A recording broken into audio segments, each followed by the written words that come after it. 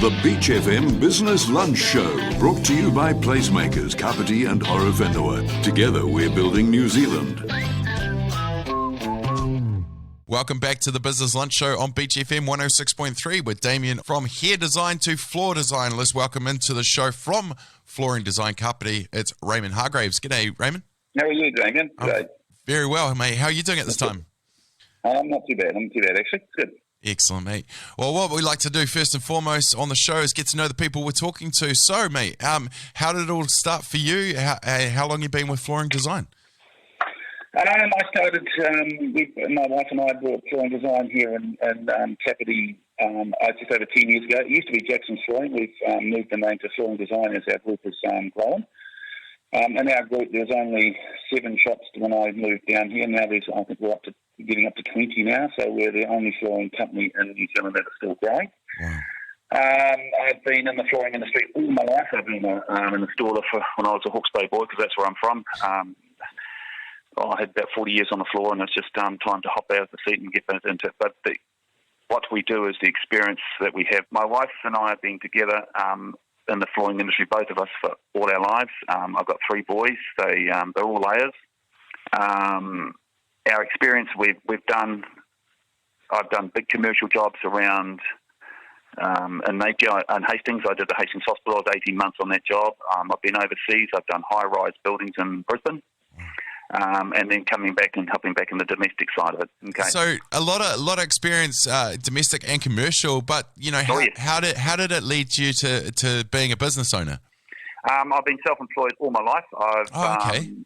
All my life. When I was an installer, I contracted to firms in Hawke's Bay. Yep. I bought a franchise when I finally got into to retail. I bought a franchise from overseas. It was from an American group.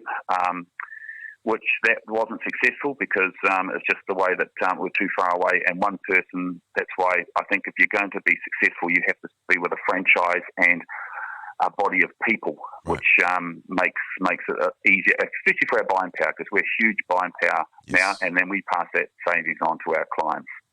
And we've got the expertise of New Zealand made, not foreign made, so that sort of keeps us local and keeps New Zealand on New Zealand local theme. Awesome.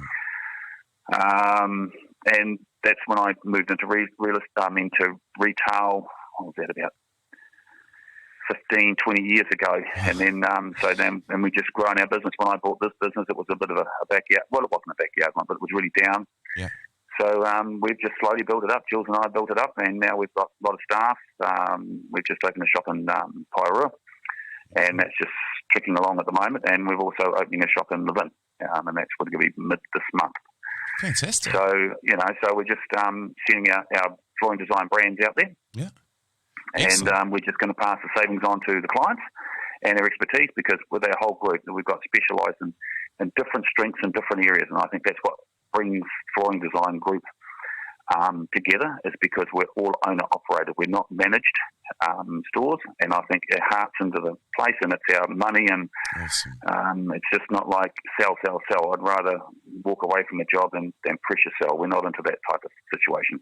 Oh, you do hear some of those stories with franchises, etc. Oh, yes, yes, that's right. And we've got a lot of strength in different ways.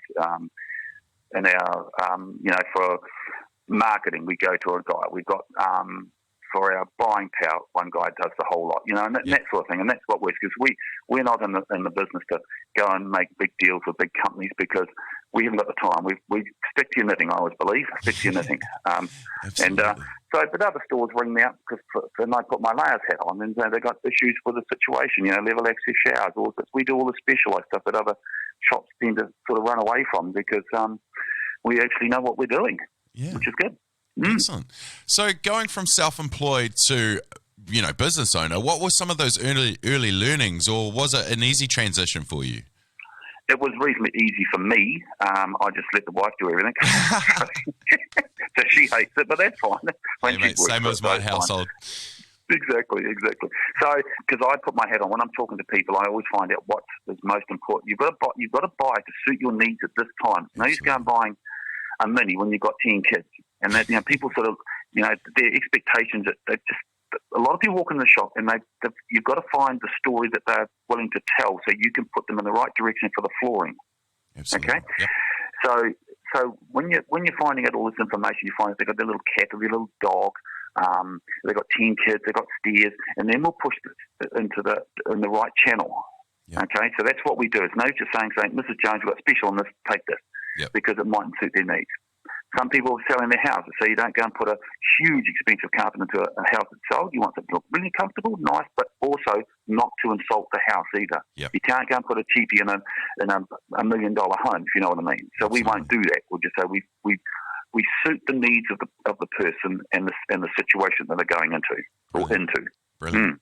Well, I guarantee you, Mrs. Jones is not getting the same flooring that I'm getting with my 2 German Shepherds. I'll tell you that much. Hey, Raymond, how have you seen the industry grow and change over your time, mate? And I know you're probably going to say heaps, but I mean, for me, I've got an old house with just with the floorboards, and then we've had to put insulation under it. But there's techniques to it now. There's floor, layer after layer kind of thing. Absolutely. Well, what we're finding now is we're actually, I hate to say it, we're following the Aussies.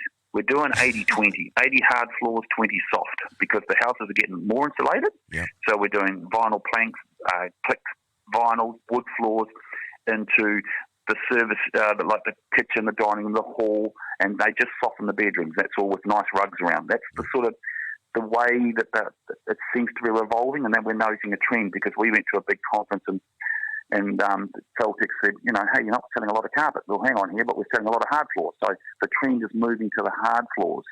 Yeah. And because of the insulation, the easy, especially around Kapiti Coast, where you've got a lot of sand, it's easy to look after.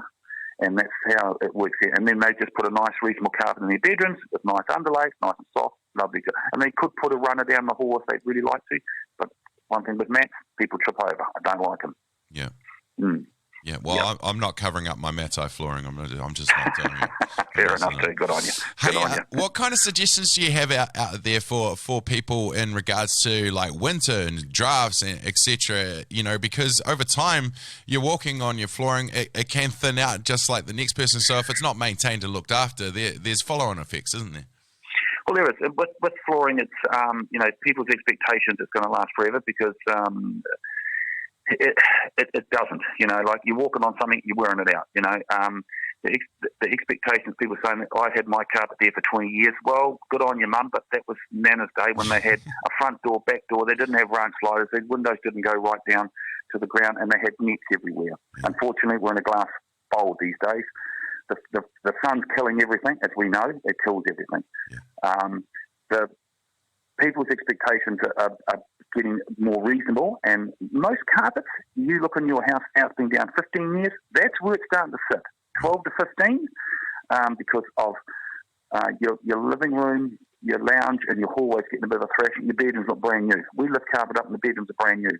People just walk in there, vacuum it once a fortnight if you're lucky, and it looks good, but you don't need to go overboard on the cost of carpet. But the latest thing now is the polyesters. They're all coming into the market. That's the latest trend, and it's all the recycle, which is really good. Yeah. But you've only got 7 to 10 out of them, right? Yeah. 7 to 10. But people don't mind that. Builders who want to, they're building their homes and they want to make it look, and they're beautiful, beautiful carpet. They don't stain because of the plastic in them, of course. But they tend to mat.